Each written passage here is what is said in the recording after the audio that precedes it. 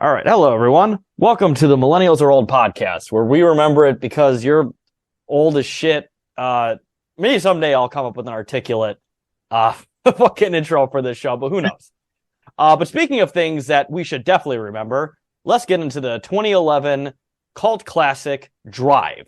Now, Brian, before I get into my opinions about this movie, what are your experiences about Drive? For Drive. So when it came out, or just a little bit after, one of my brothers was really into it. And during that time, he was going through a lot of stuff. And I think I would have had just graduated high school, or maybe a few months before, 6 months to a year before. So very late teens when Drive comes out. And my brother's really into it. His older brother shows it to me. And I, at the time, don't like it all that much. I enjoy it, I think, fine. But also at that time, I think I was really into camp. Which in retrospect, this is kind of a campy movie, but at the time I wouldn't have thought so. And I think I was not as into it as he or other friends of mine that I remember really liking it, but kind of, I think, didn't want to sound dumb. So I'd be like, oh yeah, that's good. And I never watched it again. Like I said, I think I enjoyed it fine, but it really didn't stick to me.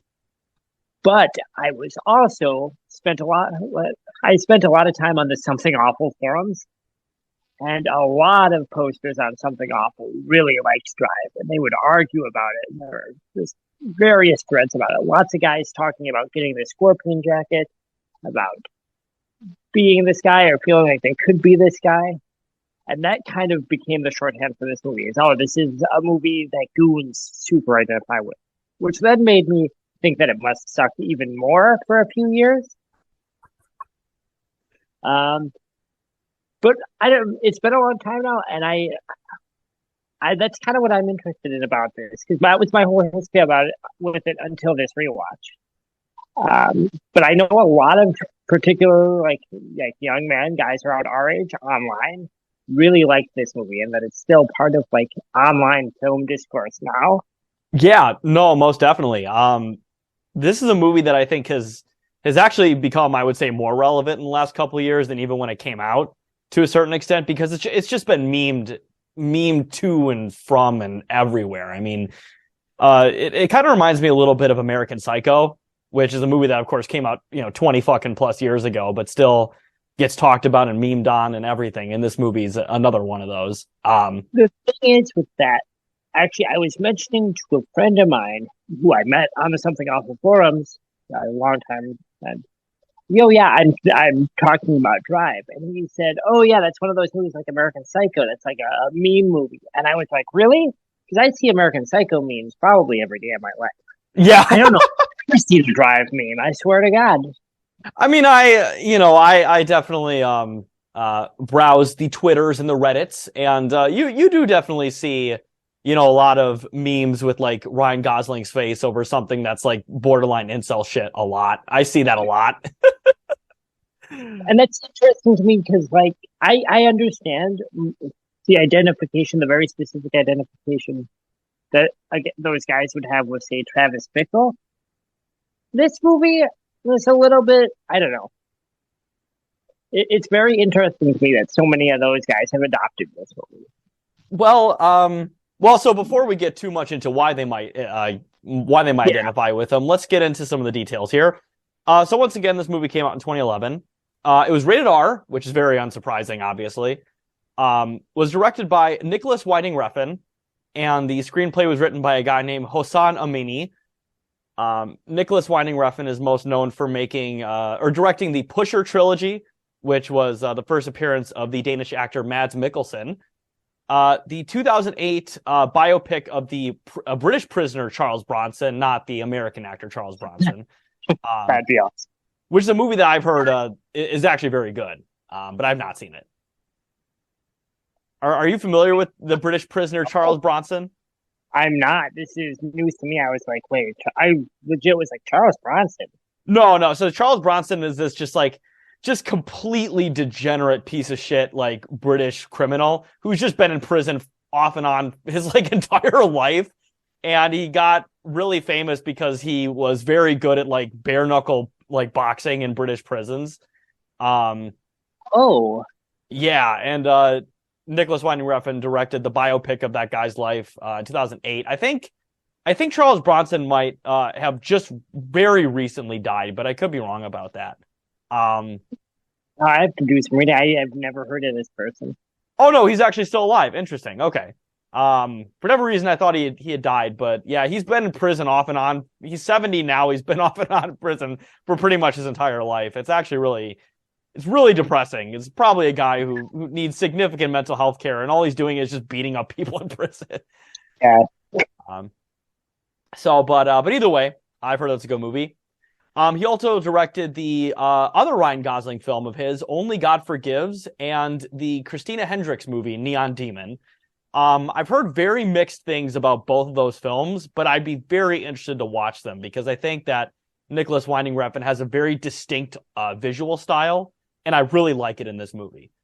Yeah, I've heard actually a lot of people whose taste I tend to not always agree with, but generally respect, really enjoy or are very interested in Neon Demon.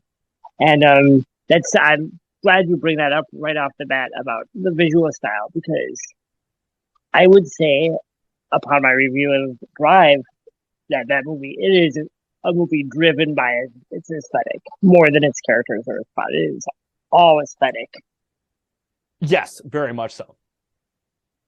Hosan Amini, once again, the person who wrote the screenplay for this movie, is most well known for writing the screenplays of The Wings of the Dove, which was a movie that got nominated for 4 Academy Awards. So that was like his first screenplay, so that's pretty impressive. He was also uncredited for writing the screenplay for Gangs of New York, which I think, Brian, you would agree is probably Martin Scorsese's best film. I like Gangs of New York.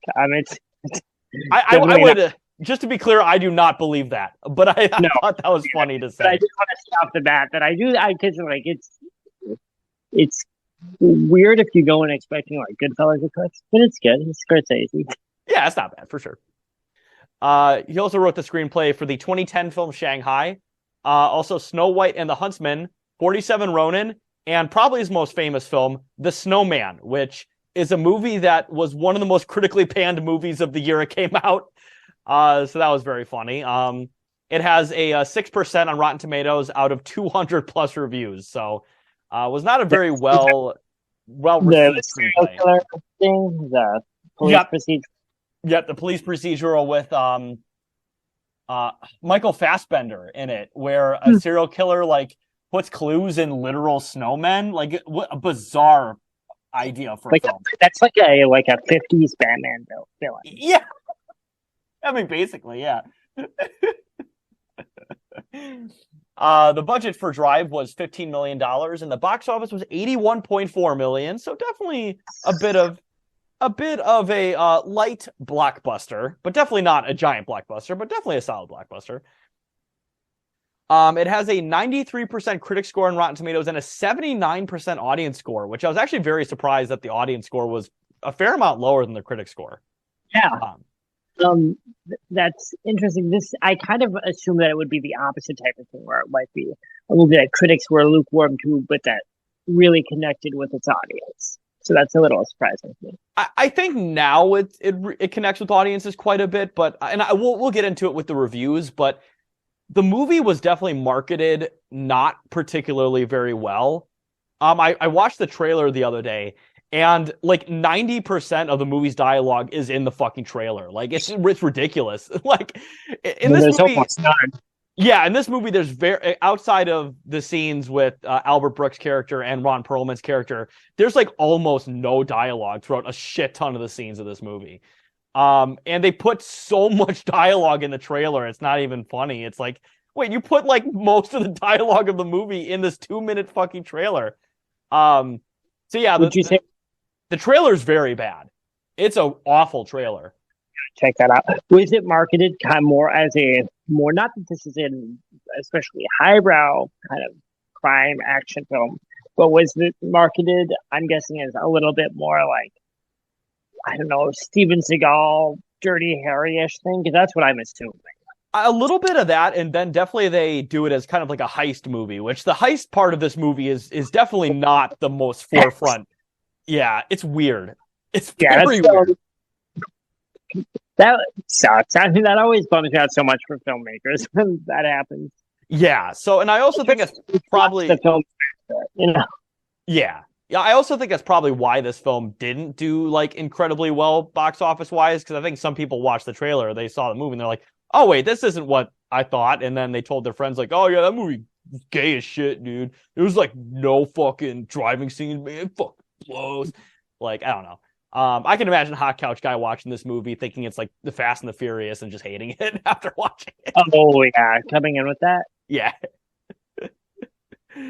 But speaking of bits and pieces of this movie that could be ruminated on, let's get into some trivia. So there was a shit ton of trivia for this movie, but I only left it at 5. There was like 100 different facts on IMDb, so I limited it to 5, obviously, because I don't want to go too much beyond that. But in preparation for his role, Ryan Gosling restored the 1973 Chevy Malibu that his character uses in this film, which is something that's very reminiscent of when Nicolas Cage bought the vehicle in Gone in 60 Seconds. Reminds me of that a lot. That's cool. I like when actors do shit like that. I wonder, I don't know if I particularly believe, I've never acted or anything, but I always think maybe method acting is kind of fake, like kind of a publicity thing.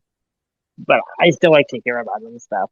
I think part of it is in that I think that viral tweet that really encapsulates everything is like nobody ever does method acting to play a good person. They always do it to play a complete asshole. Oh, yeah. I remember seeing that. I'm like, oh yeah, huh.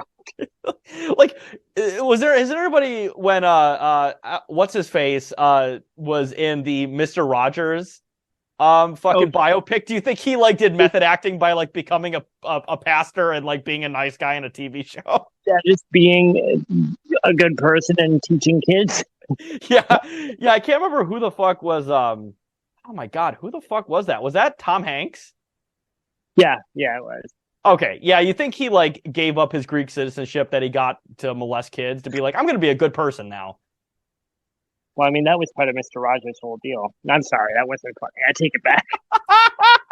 Sorry, Mr. Rogers, I love you. Yeah, you're a very lovely man for sure. Rest in peace, obviously. Friend of the pod, of course, as well. Friend of the pod. After Ryan Gosling and Nicholas Winding Refn removed much of the driver's dialogue, Bryan Cranston felt that his character, Shannon, should make up for the lack of talking in the film and thus made Shannon a motor mouth. Much of the dialogue from him is actually improvised as well. That's awesome, because really, like, Cranston and then Albert Brooks being pretty much the only two characters here who talk a lot, they really add, like, a pop that this movie needed to break up some, I think, for a lot of audiences, that kind of, the purely visual element. And you've got the two best guys I could have been doing it.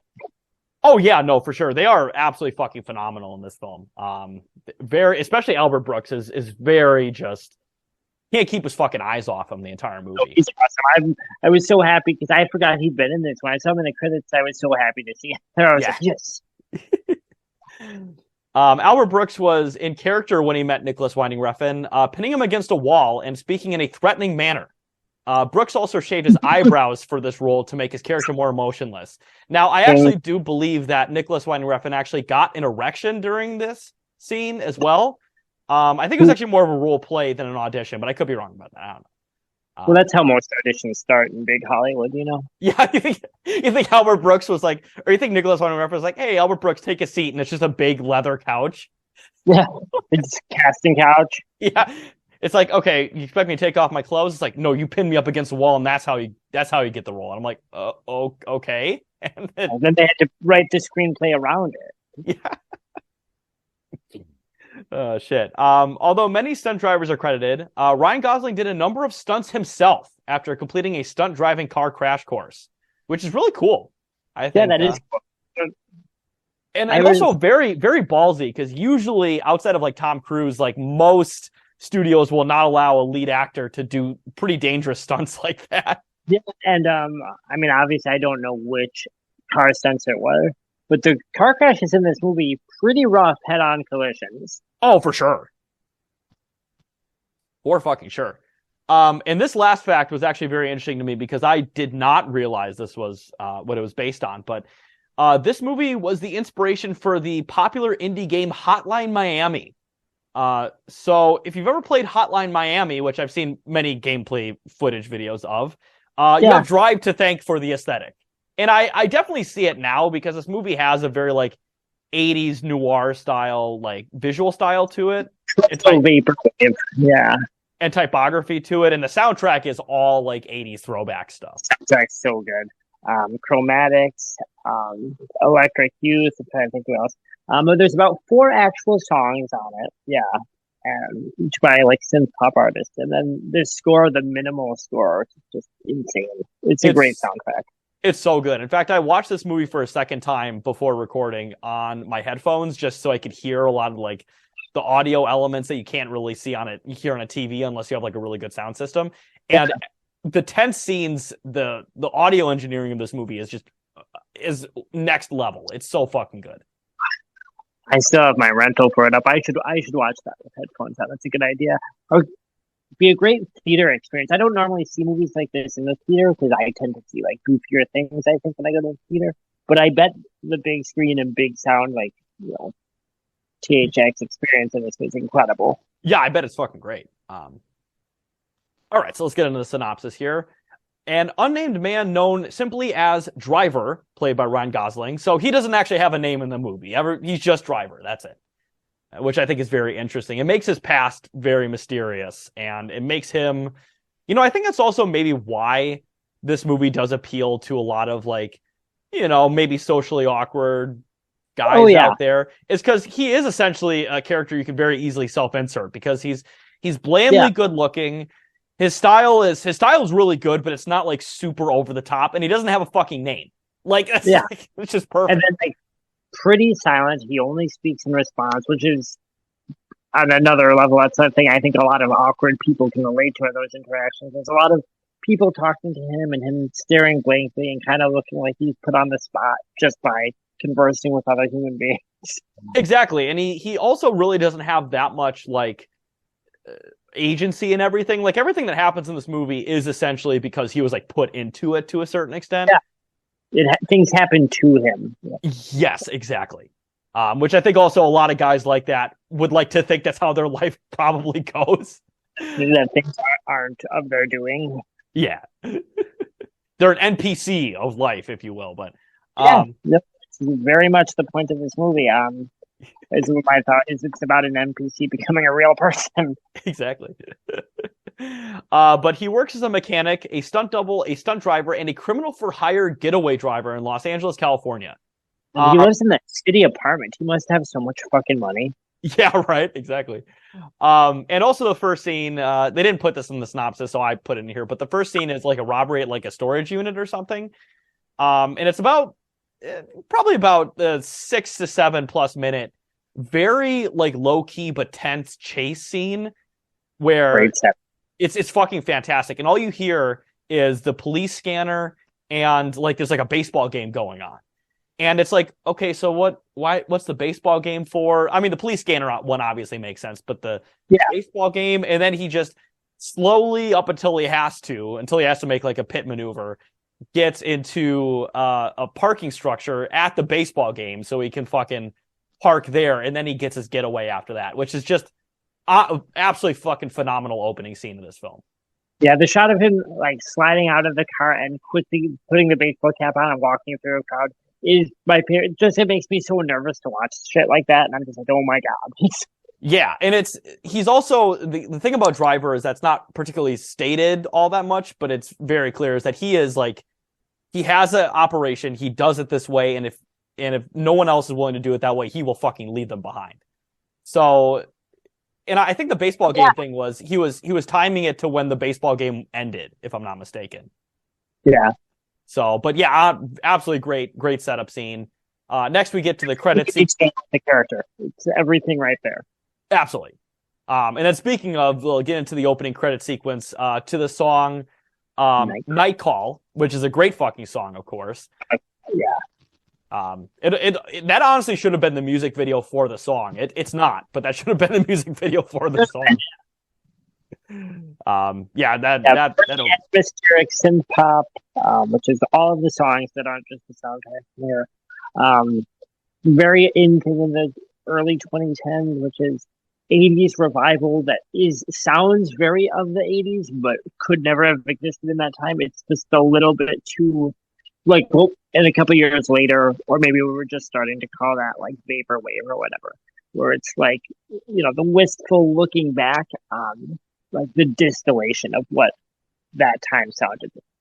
Oh no, absolutely. Yeah.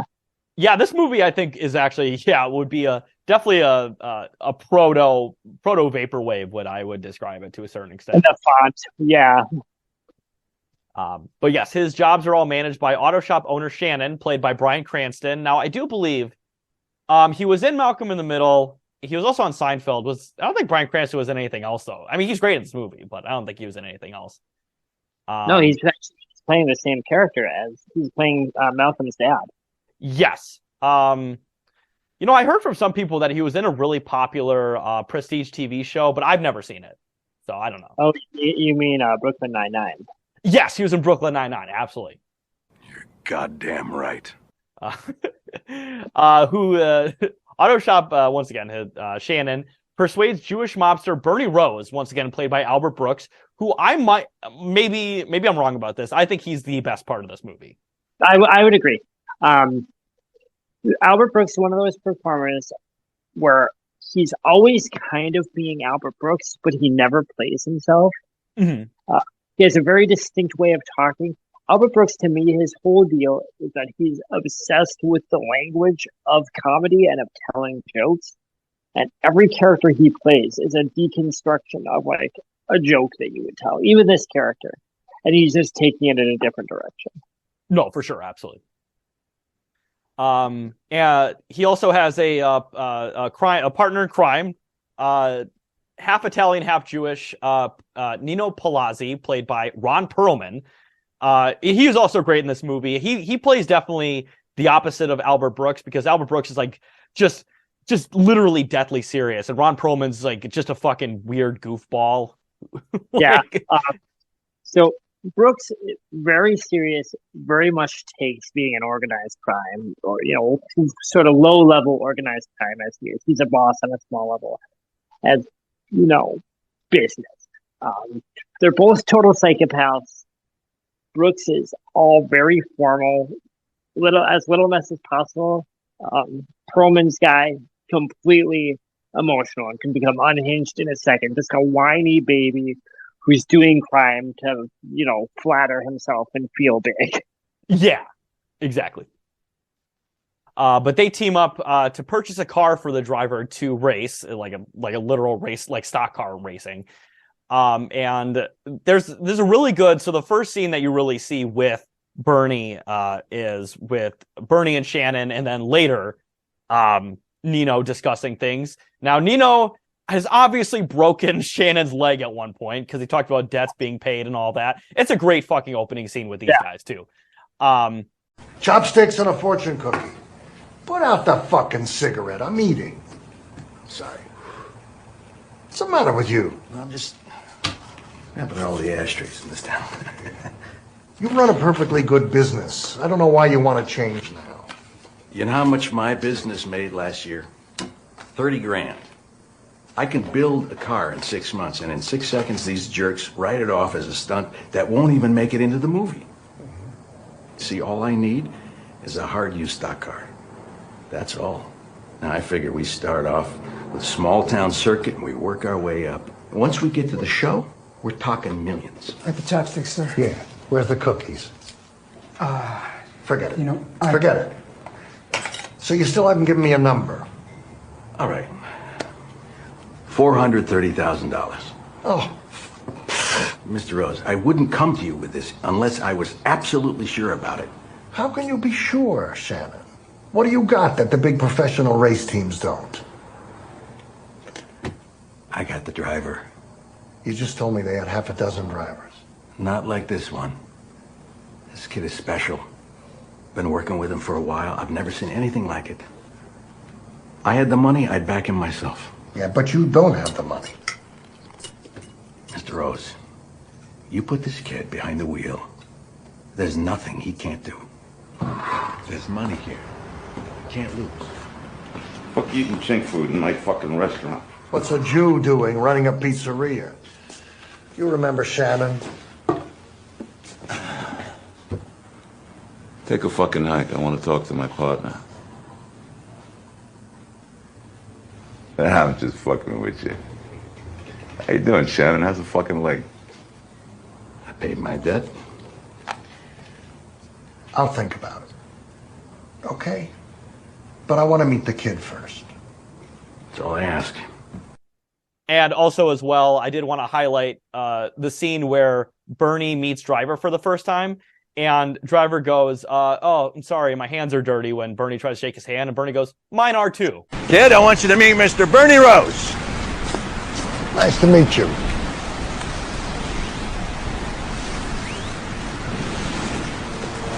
My hands are a little dirty. So am I. 902. Yeah. Even that is like I don't know. They got the perfect guy now for Brooks to say those lines. He's a little smug. He's very dry. Exactly. So yeah, definitely I'm gonna put those two clips with Bernie and Shannon talking, and then with Bernie and Driver talking, because yeah, those are both really good scenes. Yeah, it's one of my favorites for their meeting. All right. Next scene, the Driver meets his new neighbor, Irene, played by the actress Carey Mulligan, and grows close to her and her young son, Benicio. Their relationship is interrupted when Irene's husband, Standard Gabriel, played by Oscar Isaac, and I know you mentioned it the other day, this cast is fucking stacked. Like, yeah. It's so goddamn good. Everyone in here is well cast, and they've got, even in the smaller roles, everyone's doing great. Yeah, even the kid's pretty solid. Yeah, the kid's fine, which is, I know fine sounds backhand, but for a kid that age, that's a big deal. Oh, no, for sure. But yes, he arrives after his release from prison. Standard owes protection money from his time in prison and is assaulted by gangster Chris Cook. Now, I tried looking up him because I wanted to credit him, but he hasn't been in anything besides this movie, so I didn't credit him, obviously. He's like bit parts in like Law and Order SVU and stuff, but nothing significant. Of course. But yes, he demands that Standard rob a pawn shop for $40,000 to pay off the debts, threatening that otherwise he will hurt Benicio and Irene. Is that a realistic amount of money of cash to get from a pawn shop, do you think? That seems insane. That a pawn shop would just have that cash on premises. I think you'd be surprised, because some pawn shops oftentimes will trade some pretty important items. So I would imagine 40,000 is not probably like maybe like an end of day thing. I wouldn't say they'd have that like on hand like regularly, but maybe every once in a while. Maybe they were robbing the Pawn Stars. Yeah, they were robbing this. They got Rick himself. Oh shit. Learning this, the Driver offers to act as the getaway driver for the pawn shop robbery. This is a movie about being a capital N, capital G nice guy. Yes. He's fallen in love with this girl and her son, who are not his, who he does not sleep with or really even date. You know, he's like preparing to start dating her when her husband returns from prison. And he's like devotes his whole life to helping her husband, to help her, because he's so nice. He's so nice. You know what's interesting is actually when Driver's getting close to Irene and she's like, oh yeah, my husband's about to be released from prison, there's like just a minute of like silence as he just like stares like directly at the road. Yeah, it's gotta break eye contact there. Yeah, and I mean that's another part of this movie that once again the sound design is fantastic, because you can just feel like you can just like literally hear like his heart's probably fucking sinking in at that resolute like realization. Yeah. And also a couple of other scenes that I wanted to highlight before we get on. There's a really funny dialogue that Nino has with Shannon, where he's like, oh, this car fucking sucks, but this is the best pussy getting mobile this side of the West, or some like weird fucking thing that he says. And then Shannon's like, that guy couldn't find fucking pussy in a whorehouse, which is also a great line. Don't worry about her bumps and bruises. That's just fiberglass. That's easily replaceable. We'll put Coat of paint on there, some sponsor decals. Look at the tread on the tires, still good, huh? We're in business. You pay 300 fucking grand for this piece of shit? I paid for it. Out of my own pocket. This is just a shell. It's the inside that counts, not the outside, right, Shannon? You are correct, sir. Fuck that shit. I pay 300 for something I want everybody to fucking see. Of course you do. Now that is one motherfucking fine-ass pussy mobile motherfucker. Damn! Shannon, sell him the car. You wouldn't be able to find pussy in a whorehouse. A lot of great sleazy auto mechanic dialogue in here. There's also a scene where a diner interacts with Driver, and he's like, "Oh yeah, you drove me from Palmdale to wherever, and like, you know, my brother got killed and everything. I was hoping you could help me with another job." And Driver's just like, "You know what? How about you shut your fucking mouth before I kick your teeth in or something like that." And the guy's just like, "Fine, whatever, Jesus." Like, You Shannon's buddy, right? We met last year. You drove me and my brother back from Palm Springs. Listen, we hired another wheelman. I spent 6 months in jail. My brother, he got himself killed.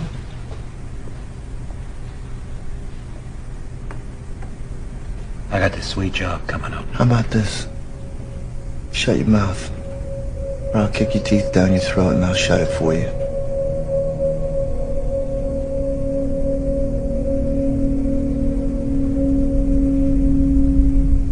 Nice seeing you again.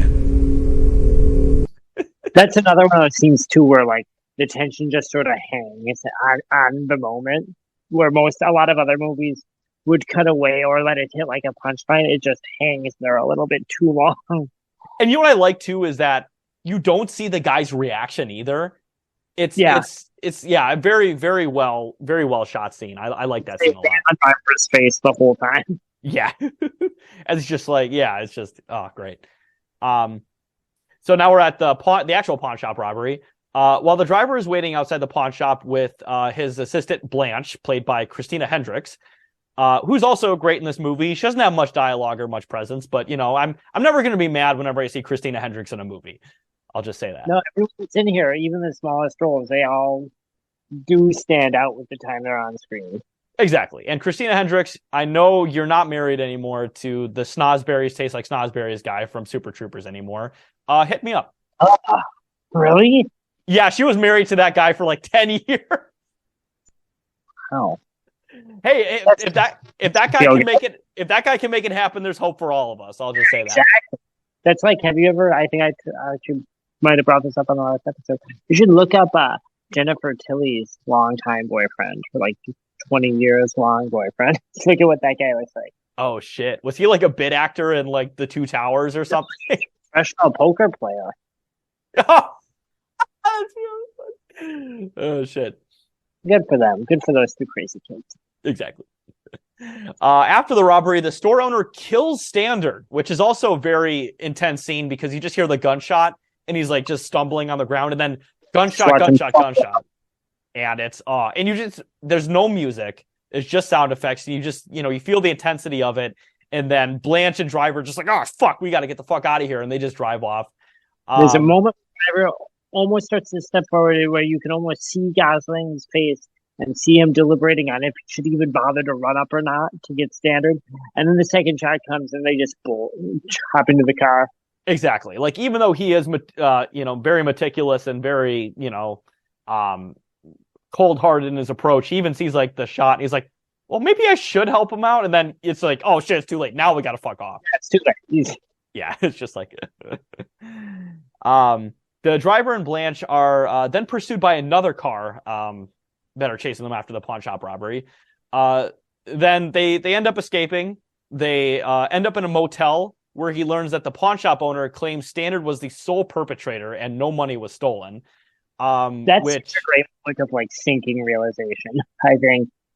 Yeah, very much so. Very much so. That like Driver realizes like, oh shit, I finally, my luck has ran out. Like, it's like, yeah. And also the realization then that he guided, the husband of this woman that he loves to be murdered. He escorted him to it, basically. Yeah, like once again, even though he's very meticulous and very cold-hearted about it, he still doesn't want to see innocent people get hurt at the end of the day. So he's definitely a very laudable hero in that way. I as far as like anti-hero characters go, I mean, I guess apparently I've seen some online discourse about this being like a movie. I think just because of some of the nerds that like it. I mean, compared to a lot of anti-hero characters, really not a lot objectionable about Driver. Like, he robs banks, but who gives a shit? Yeah, I mean, yeah, outside of that, I mean, he's very honest and open with his love interest, and he even tries to help out her husband. Like, I just at no real benefit to himself. Yeah, he protects the people in his life that he cares about, and he doesn't hurt people that don't deserve to be hurt. Like, it's like, I don't know what could possibly be that problematic about him. I mean, he is an incel, but he's not like a misogynist incel or anything like that. I mean, everyone's an incel now. It's 2023. Nobody's fucking it. Exactly. Shit. Oh God, that's very true though. That's very true. He threatens Blanche when she lies about being oblivious to the second car, and she admits that the bag contains $1 million. And she and Cook plan to re-steal the money for themselves using the car that chased them. So it's like, oh, yeah, well, it's like, oh, yeah, you set up my love interest husband to die, and you were going to set me up to die, too. Like, fuck you, bitch. He's very tolerant with her in that moment, too. All he does is he like backhands her and basically tells her to like, what the fuck is wrong with you? And that's like the least she deserves for that. Like, let's be honest. Yeah, no, it's just like, I'm a little upset with you right now. Yeah. While Blanche is in the bathroom, she is killed with a shotgun by one of Cook's henchmen. Now that was a gnarly shot when they shoot her in the head with a shotgun and just brain matter goes everywhere. There's a few deaths in this movie, and that being one of them, that are almost like horror movie level gore, but they are not fun looking. They're very, like, all the blood in this movie is that very dark, like, almost black, like what, more realistic oozing blood would look like. And it looks painful. The deaths in this movie look like they fucking hurt. Which is probably why that Hotline Miami took their inspiration from this movie, because the violence in that game is just like straight up horror game shit.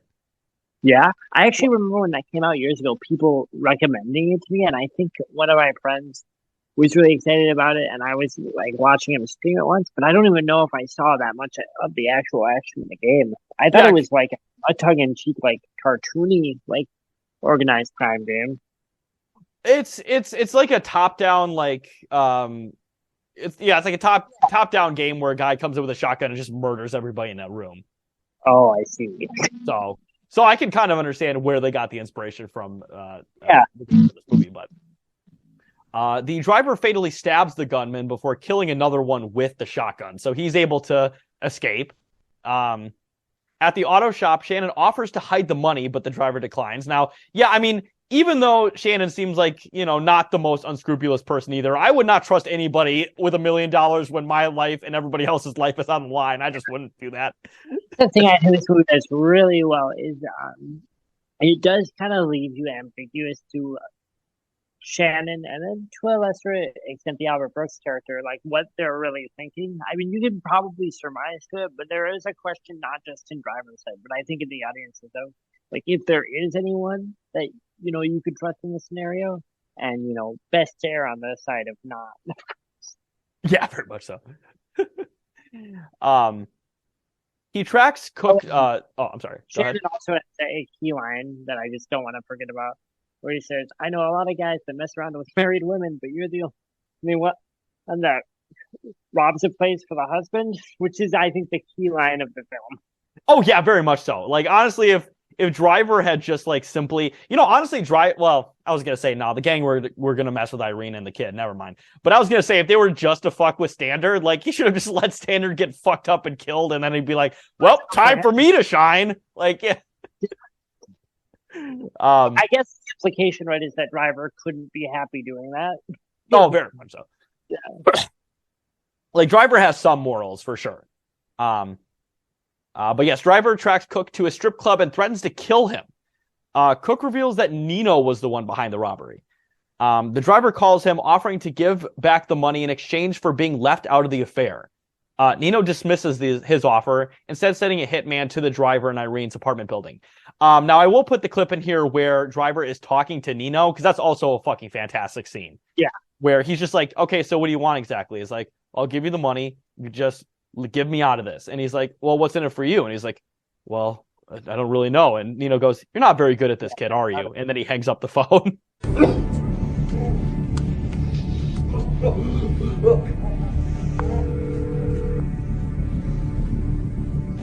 Hello? Nino? No, sorry, pal. Why don't you call back later? We're closed. I could, but I think Nino would be upset that you made him wait. Can I ask what this is about? I have something of his. And that would be? $1 million. Please hold.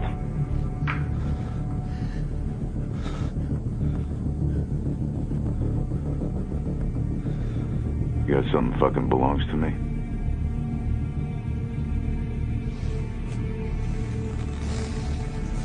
Seems that way. And you calling me? Why? You expect me to buy my own shit back from you? I'm not selling it. I'm gonna give you a time and a place, and you're gonna come and get it. Do you understand? And what do you get out of it? Just that. Out of it. And your partners are happy with that? I don't have any partners. You discuss this with anybody else? No, just you. You're not very good at this, are you?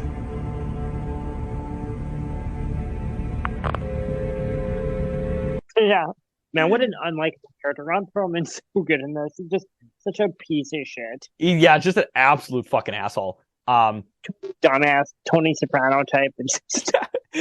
like, just an absolute fucking, like, yeah, just straight up, like, fucking, New York mob guy stereotype for sure. A neurotic mobster that just feels bad for himself and mad at everyone all the time. Yeah.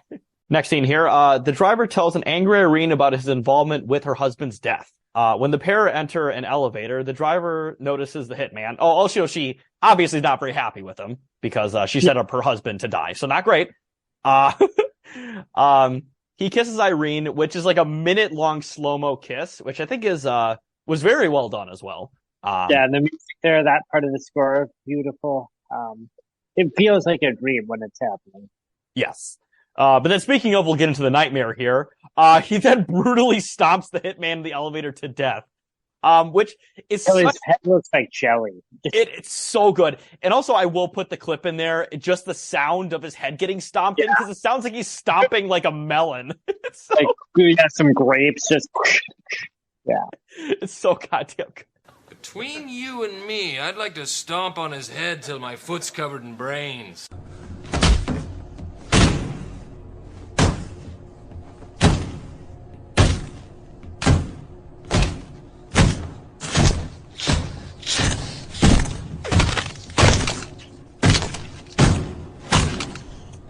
And she's just staring and watching, and you can see, Nina having the realization now that this guy that she's known, who she kind of likes, is like capable of this extreme act of violence. Yeah, like serial killer level violence.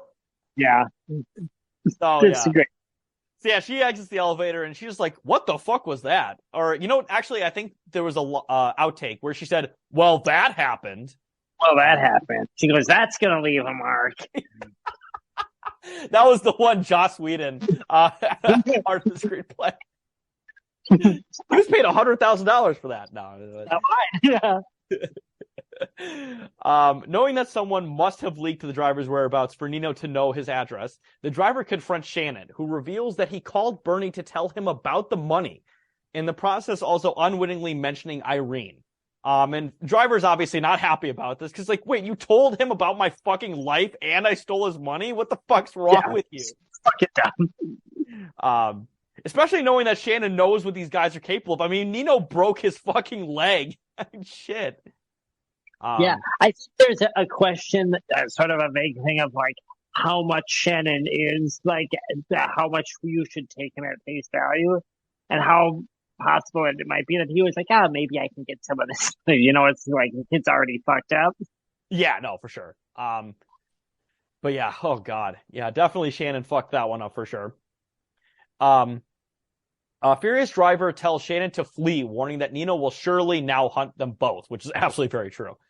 At his pizzeria, Nino reveals to Bernie that a low-level Philadelphia mobster from the Italian, quote-unquote, East Coast mob stashed the money at the pawn shop with plans to use the money to set up a new operation.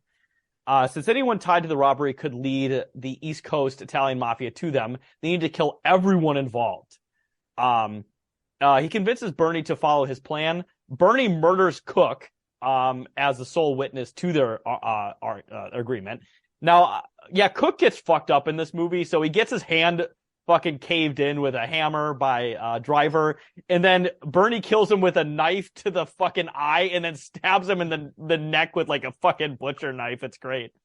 And that's probably, Brooks has probably my favorite line of the movie after killing Bernie.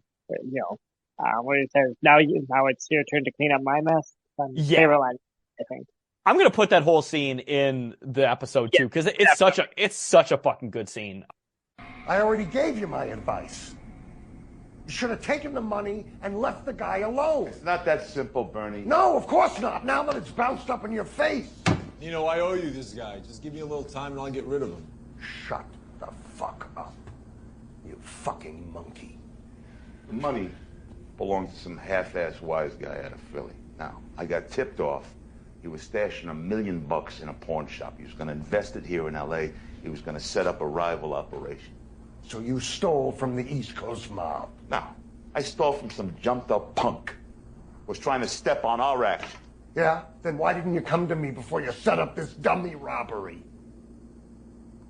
Before you hire this piece of shit? This is something off to the side, Bernie. I didn't want to involve you in this. Well, I'm involved now. I'm gonna tell you something. Anybody finds out you stole from the family, we're both dead. What fucking family? The family who still calls me a fucking kike? To my face? Yeah, I'm 59 years old, Bernie. They still pinch my cheek like I'm some fucking kid. Bam. The money always flows up, Izzy. You know that. That's why this driver's got to go, Bernie. He's got to go.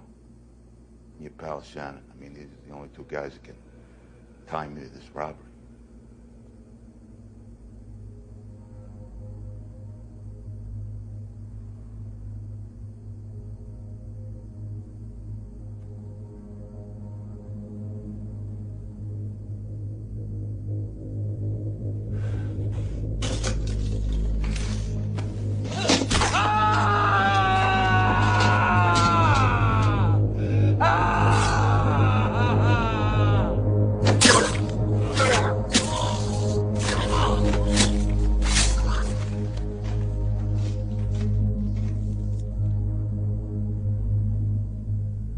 Now it's your turn to clean up after me. After Shannon refuses to divulge the whereabouts of the driver at the auto shop, Bernie slashes his forearm with a straight razor, killing him. Now, that's also a great line where Bernie just goes up to Shannon and is like, all right, it's over. No more pain. It's okay. No pain. Yeah. And it's just like, God. Yeah, and like, he doesn't obviously just like, he literally takes a straight razor and just goes down his arm. And then he just goes, it's okay. No more pain. You don't have to worry about it. Please calm down. It's like, oh my God. Jesus. Maybe more psychopathic than the relishing of like killing your enemy is the just callously and like, almost medically killing, your best friend because it's business. Yeah, it's wild. And then you see him cleaning it in his like home sink and then putting it away in like his collection of other weapons. Well, he just like stares out a window blankly. It's like, oh my God, what the fuck is this guy? Yeah. Oh shit. Enraged and agonized at finding Shannon's corpse at the auto shop, Driver disguises himself with a rubber stuntman's mask, because of course he's also a stuntman in this movie. You might have forgotten that one, but he's a stuntman who borrows the rubber stuntman for the movie that he's doing stunts for. He follows Nino from the pizzeria off the highway and rams his car into a beach. The driver then chases Nino towards the ocean and drowns him. That's also a wild ass scene because he's wearing the mask the entire time. He goes onto the beach while Nino's running away with his fucking rubber mask on, and just like imagine that's like the last thing you see. It's just like someone with a rubber mask like drowning you to death. Like that's got to be horrifying. I guarantee that there's at least a half dozen bad creepypasta stories where someone took the image of Driver in the rubber mask and just added a filter over it. And it was like, this is the mask man. And no, absolutely. Yeah. You're assuredly right. There's no way that's not. They also probably put color corrected to shit, so it just looks awful. It's like crying blood. Yeah. Oh, shit. That's fuel. Yeah. Driver calls Irene and tells her that he will not return, also letting her know that she and Benicio were the best part of his life. That was a rough one to listen to. Like, holy shit. Pretty depressing because it's like you didn't do very much with them. You kind of just met them and knew they existed. You just watch TV with her son and just stared at just stared at the TV. Stared at her. Yeah. Like Driver has very, very few facial expressions. It's like a blank smile, like a little bit of anger, and just like a blank slate face. Like that's all he has. Like basically no facial expressions. Oh, shit. Okay, so the last scene of this movie, guys identified with him. Oh, for sure, no question. But the very last scene of this movie, which is also a fucking phenomenal scene. And by the way, this is why the trailer's awful. They put most of Bernie's dialogue in the trailer of this last scene. It's so awful. It's like, why would you do that? That sucks. And they set it up in the movie like, oh, these are the stakes for Driver. And it's like, no, that's the last scene of the movie. Oh my God. That's fucking awful. Yeah, honestly, one of the worst trailers of all time. It's so bad. It does this movie absolutely no justice. Which is also probably why, like I said, when people saw the trailer and then they watched the movie, they're like, oh man, this movie fucking sucks. Completely different movie. They gave a setup for a story that doesn't happen in the trailer. Yeah. Just bizarre. But yes, Driver meets Bernie at a Chinese restaurant. Bernie promises that Irene will be safe in exchange for the money. But that's obviously not quite a true offer from him because, and also I'll put the clip in here, but Bernie's like, you know what?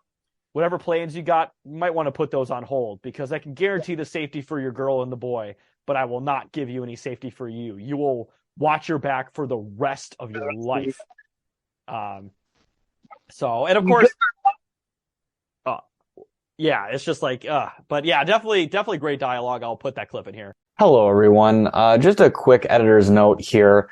Unfortunately, I was not able to upload the clip of Bernie and Driver talking. It was a copyright strike on YouTube if I uploaded it in its entirety. So, yeah, I'll put the link for the scene in the description. So if you want to watch it, you certainly can. But I apologize. There's certainly some missing context here. So thank you for listening. Now back to the episode. Upon Driver giving him the money, Bernie stabs him in the stomach. But Driver, he's not out yet. He also takes a knife and stabs him and stabs Bernie to death. And he fucks Bernie up hard off camera, though. You just see the circle jerk. Yeah. You just see the silhouette of Driver stabbing him to death while very, very soft song plays. I can't remember what the song is. Is it an actual song or is it just like sound effects? I can't remember. I think it is like maybe ambient noise. Maybe it's the opening ambient effects of Real Hero by Electric Youth. Okay, yes. But you just see the silhouette of that with the ambient sound there, and it's obviously fantastic. The Driver managed to escape, but he leaves the money with Bernie's corpse in the parking lot, which I think is also very cool, obviously. It's like it wasn't about the money, it was about the message. Yeah. One of the last parts of the movie is Irene knocks on the driver's apartment door and walks away when no one answers. And although severely wounded, the driver drives off into the night. Now, this is the second movie I've recommended for the show that where the main character ends the movie driving off, but I think this one's way better than Gamer. Oh yeah, no. This is first of all, a much better movie than I remembered it being. This was, but I mean, not that Gamer didn't have John Leguizamo in it, lest we forget. But yeah, that's really a trope for you, huh? Yeah, I don't know. Maybe the next one I'll review has that too. But yes, It'll is Louise. Yeah. But yes, that was Driver. This movie, I'm really glad I recommended it because I have not seen this movie in like 7 years. I fucking love this movie again. It was just as good as I remember it, and I actually appreciated a lot more things about this movie than I did the first time I watched it a long time ago. Yeah, agreed. I had not seen this movie since shortly after it came out. My general feeling upon revisiting it, and I enjoyed it a lot. I'm still very interested in why this movie resonates with so many people so deeply. I do think that the movie is all aesthetic and very little quote unquote substance, but I don't mean that derisively. But I very much think it's a movie that, like I said, it's got a perfect aesthetic. It's got its editing, its pacing, cinematography, all works together perfectly to create this tension and this neo-noir mood. The soundtrack and just the fucking font of the credits and shit. Yeah. And it's all hyper stylized. In a way that not very many movies, especially not a lot of American movies are. And I sort of think that that's what a lot of people who love this movie and sort of even modeled their personalities off of Driver, if you've seen some of the weirder, probably fake internet posts. I think if they don't realize it, that is a lot of, what you're responding to is like this perfect aesthetic, the fucking scorpion jacket, all that shit. Yeah. I think it's also, so interestingly enough, you're talking about aesthetic, right? Like, there's definitely the type of guy who likes Driver or American Psycho or like Joker. Like all those movies do have like a very distinct aesthetic. Yeah. And I think a lot of times, and I love, by the way, that's the number one thing that I look for in movies is a cohesive and memorable aesthetic, So it is in no way knocking, but I think when you see someone who's let's say I've never actually met this person, but I know there's someone that really loves Joker and identifies with it and thinks it's really smart. I think they're actually responding to the aesthetic, kind of without realizing it. Oh no, for sure, absolutely. And I will say, I did like Joker, but it is definitely a movie that I did not identify that much with Joker, at all. It's just like. Well, yeah. So it's weird to identify with the Joker. It is, yes. No matter which Joker, I think if you identify with the Jared Leto Joker, that one's probably the most normal, I will say. He's the coolest, for definitely sure. The coolest. Actually, believe it or not, Jared Leto did 13 auditions for his role in the Joker. Look up Jared Leto 13 for more info on that. Oh my God. Yeah, you don't want to know what that's reference to. I mean, you already know what that's reference to, but yeah, I do. And I want to say I was ahead of the curve on hating Jared Leto. Hated him when Requiem for a Dream. Oh no, for sure. Yeah, I mean, I think the first movie I ever saw Jared Leto in was Panic Room, and then when he died, I was like, yeah. I think I'm Fight Club probably, I guess. Oh yeah, that's true. I mean, the fucking blonde guy gets his ass beat. It's great, obviously. Last time he'd ever take a role where he got his ass beat. Unfortunately. Well, no, actually, I mean, he does get horribly murdered in Panic Room, and that was a couple years after, but it's like just it's just like David Fincher hates him more than anybody. Oh my God. I bet if you work with him, you hate him a fucking bunch. Oh, for sure. No question. I mean, he's sending fucking condoms in the mail when he's fucking shooting a movie. So now here's the other side of when I say that I think a lot of method acting is fake and it's a branding exercise. Jared Leto, I think, a big example of that, where any of his method acting, I'm like, this is fake. Oh, no, You don't need to do this. This is for social media. Exactly. But speaking of things that aren't fake, let's get into some fantastic Amazon reviews. So I thought there were almost 6,000 reviews on Amazon for this movie. So I only included some of the better ones here. You didn't decide to include all 597 of them. You felt like that would be too much? No, I think it might be just a little bit too much, but all right. But yes, get into the first one here from Amazon user Roland Wanders, who gave this film 5 stars. And the header of their review says, "Don't blame the director for the marketing's folly." They say, "This is a spectacular film. The acting is extremely subtle and emotionally driven. The music is spot on. You'll be buying the soundtrack right afterwards, as I did." And once again, you and I, Brian, both agree this is fantastic fucking soundtrack. It's a perfect soundtrack. And the mood is so super cool. You want to live in those remarkable moments, beat for beat, within the film. It's not. I disagree with that. But you should not want to live in this film. Yeah, it seems pretty horrible. But either way, first I can see that the marketing for this film may have attempted to sell the movie for something different than what it is. But that is hardly Nicholas Winding Refn, the director's, fault. And the aforementioned fact should not cause you to fail to enjoy what can most closely be described as an art house actioner from a brilliant auteur. Refn is always aware of the genre his film may be compared to and deliberately severs the connection between the two in his most poignant scenes. Where one style would speed things up and force edit cuts on you every few seconds, Refn slows things down and lets you feel the pulse of each character. I completely agree with that. I know, I very much agree with everything that Roland Wanders is saying, and I'm glad that he's pointed out the aforementioned poignancy. Yes. He lets you study them before the inevitable brutality commences. For example, and they put possible spoilers, but of course we just said the whole synopsis, so this person definitely didn't listen. This person definitely didn't listen to our episode yet, but you'll notice the film features the bloodiest and most brutal scenes at the beginning and towards the middle, and then consciously removes the gore in favor of allowing the audience to soak in the character during the event, rather than the shock value of the event itself, which I do think is true. So after the stomping in the elevator, which happens roughly, I think, around the hour mark, the rest of the movie, you don't see any of the killing after that, really.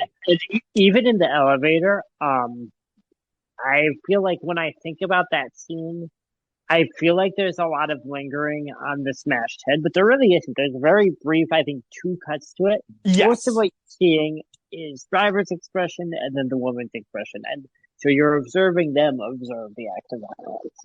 No, for sure. This style emerges slowly and then reaches its peak in the finale. I believe this was the deliberate, and I feel it was very effective in giving this film its own tone, its own formula. Don't expect what you've been programmed to expect. This is not a remake, sequel, rehash of old formulas. This is something new, so study and try to enjoy it for what it is. Now, I do disagree. I think this movie definitely takes some points from movies like Taxi Driver, let's be honest. Yeah, there's a good amount of Scorsese, but even a little bit of Tarantino, I think, in the dialogue. I do think there's a lot of the alienation era of Scorsese, of, like, of course, Taxi Driver, After Hours, comedy. This movie Driver doesn't have the psychodrama of those movies. I don't think we're ever intended to question Driver's mental state. Clear. He's not like an unreliable narrator type person. No. And I do think, a lot of Ridley Scott in this too, visually, I think. If you look at, say, Blade Runner, I think there's a lot of visual cues from Ridley Scott. And of course, there's just general noir influences. There's a lot of shadowy angles. This isn't talking down about the movie. This is, if anything, I like kind of looking at ways that films interpret their influences. There's a lot of actual classic, like noir in the classic sense. A lot of false lighting, a lot of shadows and smoke and things, which is what the phrase film noir originally meant. Yeah, no, exactly. Like I don't think this film is like either. Yeah, I don't think this film is like overly derivative or redundant or anything like that, but it is definitely not the most original idea out there. I'll just say that. That definitely does not diminish it. Yeah, no, exactly. No. Does not diminish it at all. I think this film is still obviously fucking fantastic.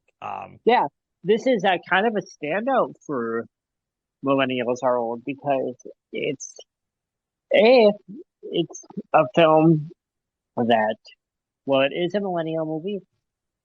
It actually, I wouldn't say was neglected, like critically, too much upon its release. No, I don't think so either. I think it was a movie that I think was, was critically acclaimed to a certain extent. I mean, of course, 93% of Rotten Tomatoes, obviously. 93% of critics gave it a positive review. But it was a movie that was not a smash hit, though. Like, $81 million for a $15 million budget is not, like, a super successful movie. So it is one of those things where, and also Nicholas Winding Refn, that was another fact I forgot to put in here. Nicholas Winding Refn, when asked if he was going to make a sequel, was basically like, fuck no, I'm not making a sequel to this movie. Oh my God, there was a question of that at one point? Yeah, I think it's pretty definitive at the end of the movie that because Driver's not going to go to the hospital, he fucking dies. Like, it's pretty obvious. He dies. He gets his one last, and what's funny is that, I think they say it in one of the reviews, but it's like, he doesn't drive off into the sunset. He literally drives off into the darkness to die. He's driving off to die in peace, knowing that he's saved 2 lives and that he's stood up for something in his life. Exactly. He gets to die with the knowledge of that he died as a good person. Yeah. Kind of beautiful. I get that. I think of this movie, just in background, did make me cry upon my rewatching. With the fucking Electric Youth song playing and just, the fade out on his face, and he's got that dim little, weirdo smile. Yeah. All right, but let's get back to the review here. I did appreciate that last thought there, Brian. I do not feel this film was made for everyone, but I do feel that a lot of viewers aren't judging it for what it is, merely how different it may be from what they were expecting. I try to enter a film with a blank slate as much as I can. Don't listen to promotions. Don't watch trailers, which I will agree. Do not watch the trailer for this movie if you have not seen it. It is a awful trailer. Just go and experience the film for what it is. Drive is definitely one of those times where you will benefit from just pushing play, open your eyes and ears, and experience what the director intended. I agree with that. Yeah, straight up. And I do that with pretty much all the movies I watch at this point. I don't really like watching trailers before a movie that I'm going to watch. I like to go in now as blind as possible. Because I pretty much can tell if it's a movie that I'm going to be interested in just by little bits of it, just even hearing about it. For me, I just need to see the poster usually. If I see a poster and I like it, it's like, okay, I'm probably going to like this movie.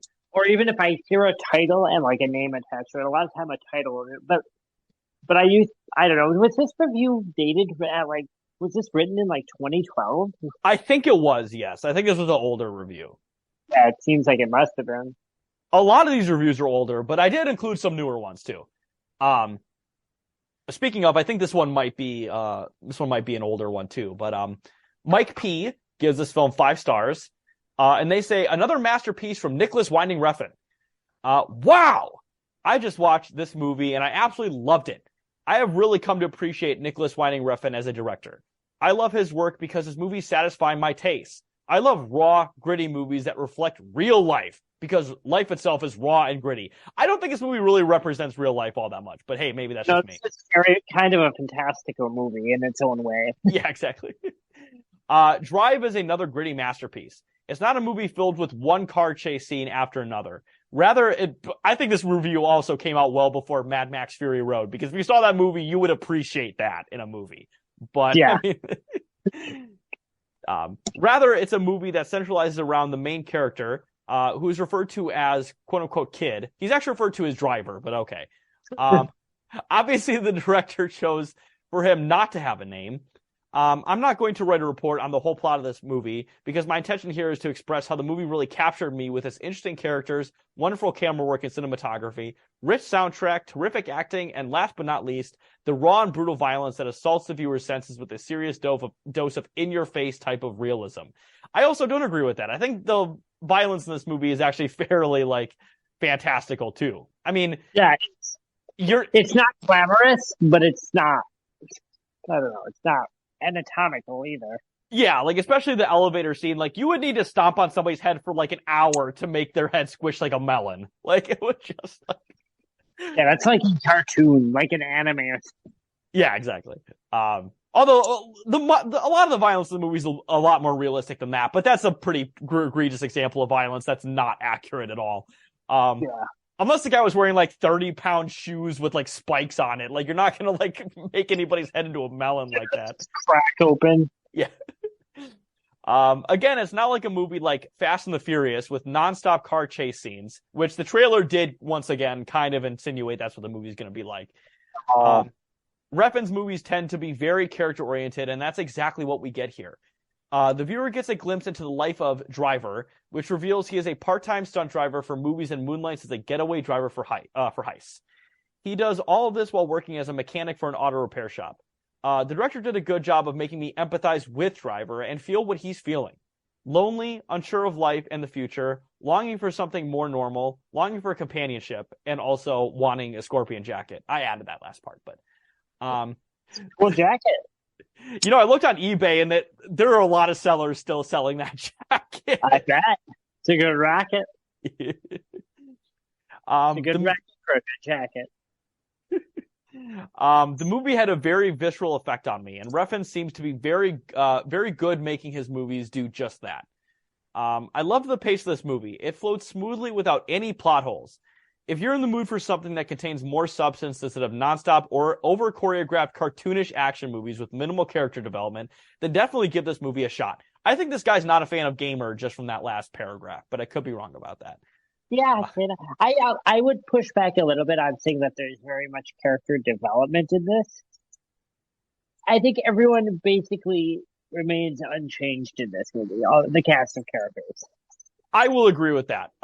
Everybody is in it, and that's not necessarily to say that there's not interesting characters. It's just that almost nobody goes through an arc in this movie. I will say probably one of the people that goes through probably the most developed arc is probably Standard to a certain extent. Because he's a character when you first see him is like, oh, he's just some guy who just got out of prison, but essentially he is just trying to be like, I'll do anything to get these guys off my back. And that's not a character trait I thought he would have until it happened. Yeah, that's a good twist on that trope. Is that when you first see him all fucked up, again, to back up, when Driver sees him and that's with him, you think like, oh, Standards is like, he's falling back to his old ways. And, so it's just, I mean, it's not a huge twist, but it's a little subversive. It's like he legitimately has him. He's being, harassed by these guys. Yeah. So I would say he probably has the biggest arc, but even then it's not that significant of an arc, really. He's already changed by the time we see him, We've never known his Standard. Exactly. We just don't realize it, but he's already changed from our initial perception of what he would be. So yep, that's that review. Next review here is a 1-star review, unfortunately, from Juan Gonzalez, who gives it 1 star. And the header of the review says, ordered by mistake. My toddler mashed... Oh, it gets better. My toddler mashed the button on the Fire Stick and ordered this by mistake. There is no option to cancel this order. I guess he hit the button more than once and started playing it. Note, I would not have ever thought to pay to watch this movie. Now I'm out $4.25, and worse still, the folks that made this movie will get money from me they do not deserve. I mean, I want to hear what they thought of the movie now. Damn. Yeah. I would never have thought to watch. Like, what? Like, are they a Mormon? What? I don't. Yeah. No, Mormons can watch violence, right? I mean, are you familiar with the Clean Flicks thing? Yes, I am. You're right. Yeah. So yeah, they edit their movies a lot. I'll say that. I would love to, because apparently the most popular Clean Flicks movie of all time was The Matrix. I would love to see now how they just scrub all the trans references out of The Matrix. It's like 3 minutes long. Yeah. Oh man, can you watch Clean Flicks anywhere, like online? I don't know if you can, but I'd be interested in watching them, to be honest. Just seeing how they just take every interesting element out of a movie. Yeah, I'm just. I'll look into that tonight. Oh shit. All right, and last review here we have from Tommy, just Tommy, like a Prince situation. His name is just Tommy. He gives us 4 stars, and his review says, "Cool Sigma, really good movie," and that's it. Yes, that's it. This is a movie about a Sigma, about a nice guy, about becoming a real person. Yes, and I believe in this movie, so you're talking about an NPC becoming a real human being, and he also becomes a real hero. Huh. That's something to think about. Which I also do think, and I mentioned this to you last night, but and this is in audience at home, this is a reference to the soundtrack. The Electric Youth song Human Being was actually written about Sully Sullenberger, the guy who fucking crash landed a plane on the Hudson River and saved everybody on board, which is, obviously a very cool and good thing that he did. When you told me that, I thought that you were making just like a joke, just like, and then I was because I was like half, not listening closely to the lyrics when I was watching the movie. I was just kind of taking them as like ambiance or whatever. And you said that, and then I was listening to it, oh, it literally is. Fuck. Yeah. Well, it was funny. I was reading about the inspiration for the song, and I think it was the keyboardist said that his like grandfather or uncle or something was watching the report on TV about that incident. And he's like, "Oh, that guy's a real hero, a real human being." And it's like, oh, weird phrase. Yeah, just a very bizarre. I mean, real hero, sure. Sully Sullenberger's obviously a real hero, but a real human being? Like, what? It's funny for someone that long ago to have said the phrase, because now, of course, calling someone a real human being and that is part of like internet, esoteric, meme language. But back then, that's just like kind of fell out of this guy's mouth. That's a real human being. The thing I thought of is maybe like English isn't this guy's first language or something. Like, oh, I was thinking he was like maybe from outer space. Yeah, right. But yeah, very, very bizarre. But also, that is also a great song. Night Call's great. All the songs in this movie are great. And you said there were like 4 actual like songs. There's 4 actual songs, each by different synth pop artists, including Desire, Chromatics, Electric Youth. Can't remember who does Night Call. And then there's the score, and I can't pronounce of the composer. The guy, I think his name's Kavinsky. That was the guy who did Night Call. Yeah, Kavinsky. That's it. Night Call might be my favorite of the songs. I think that's my favorite one. I would say so too, and a lot of that is just because it was the song in the opening credits sequence, which is, once again, it should have been the music video for the song because it's just so goddamn perfect. So perfect for it. But yes, that is our review of Drive. And I would definitely recommend this film. I think this is probably the single best film that we reviewed for the show. Like, it's got to be up there. I would agree. And that's not to say that I didn't enjoy pretty much all the movies we've watched, but I will say it's definitely the one that I think it's definitely our most critically acclaimed film. Yeah, and I think it's got, I think, the broadest, reach of something where this is a good one. This is a really great movie. It's just well made objectively. It hits a lot of emotional chords. And even though it's become kind of, I think it has, I guess, become like a meme in itself, I don't really think that is too representative of the movie itself. It's actually a pretty accessible movie, I think, now looking back. If you like kind of serious, like character, interaction based kind of dramas and crime thrillers and things. Yeah, no, for sure. I wouldn't have thought to rewatch this if you hadn't suggested it for the pod, and I'm grateful that you did. I got a lot out of it. Good. I'm glad you appreciate it. And honestly, this is a movie that I've been meaning to rewatch for a long time, and it's like, well, fuck it. This is a movie that millennials appreciate. Probably elderly millennials appreciate at this point because you're talking about people on something awful. Yeah, this is a millennial star old movie. More than a lot of the movies we review. This is a movie that informed a lot of film and internet aesthetic, and just a lot of awkward people going into the 2010s. And you can still see, I think, the soundtrack and the overall aesthetic of it, and all the fucking guys that you know who bought that fucking coat. Yeah. I do know tangentially, I know somebody who had that coat. Oh, hell yeah, dude. That rocks.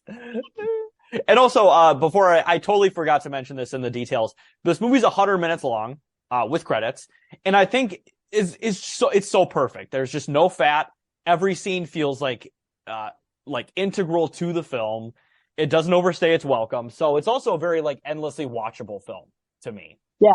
And I think even though it sort of has, if you just hear little bits about it, and I think what I had remembered or misremembered about it for a long time is that it's a very bleak and drab movie. It's really not. I mean, it is it's a dark movie. It's a film noir thing, but there's a lot of humor in the supporting characters. There's a lot of funny dialogue when there is dialogue. There's little bursts of color. It's a little bit more complex than just being kind of a dreary crime thriller. No, I totally agree with that. So yeah, definitely Millennials Are Old podcast. We recommend Drive. You should see Drive if you haven't, and if you haven't seen Drive in a while, watch it again. I think you'd like it. Yeah. This is an essential millennial film. This is part of the canon, I guess. Yeah. All right, so we're about to end here. Brian, do you have any final thoughts before we end this episode? Oh, now I'm on the spot.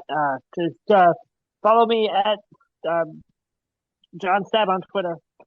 Yes, and I will put that link in the episode description as always. And you can follow me at Carlos Chantor on Twitter, where I don't post anything, but you can still follow me if you like.